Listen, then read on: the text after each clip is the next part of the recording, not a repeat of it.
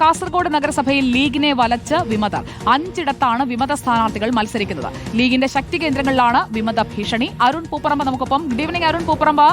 കാസർഗോഡിനെ സംബന്ധിച്ചിടത്തോളം ലീഗിന് വിജയം ഉറപ്പുള്ള ഇടങ്ങളിലാണോ നഗരസഭയിൽ വിമതർ ഭീഷണിയായി മാറുന്നത്? ഇവരെ പിന്മാറ്റാൻ കഴിഞ്ഞില്ലേ ഇതുവരെ? സുജയ, കാസർഗോഡ് ജില്ലയിൽ UDF ഭരിക്കുന്ന ഏക നഗരസഭയാണ് കാസർഗോഡ്. കഴിഞ്ഞ തവണ 38 സീറ്റുകളിൽ 21ഇടത്ത് UDF ആണ് വിജയിച്ചത്. അതിൽ ഭൂരിപക്ഷം സീറ്റുകളും മുസ്ലിം ലീഗിൻ്റെതാണ്. ഈ തവണ മുസ്ലിം ലീഗിന് ആദ്യഘട്ടം മുതൽ ഈ വിമത ഭീഷണി ഉണ്ടായിരുന്നു. അത് അനുനയിപ്പിക്കുന്നതിന്, വിമത സ്ഥാനാർത്ഥികളെ അനുനയിപ്പിക്കുന്നതിന് വേണ്ടിയിട്ടുള്ള പല ഘട്ടങ്ങളിലുള്ള ചർച്ചകളൊക്കെ നടന്നിരുന്നു. അത് പൂർണ്ണമായി പരാജയപ്പെട്ടു.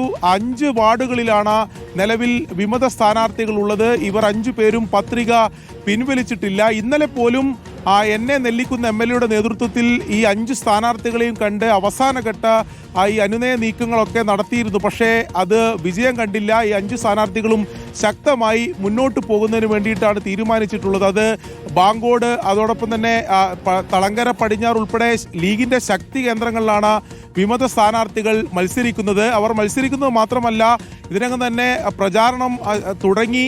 വീടുകൾ കയറിയുള്ള പ്രചാരണമൊക്കെ ഇതിനകം തന്നെ ആരംഭിച്ചിട്ടുണ്ട്. ലീഗിനെ സംബന്ധിച്ച് വലിയ വെല്ലുവിളിയാണ് UDF കേന്ദ്രങ്ങളിലാണ് വിമത ഭീഷണി. അതുകൊണ്ട് തന്നെ അത് വലിയ വെല്ലുവിളിയായി മാറുകയാണ്.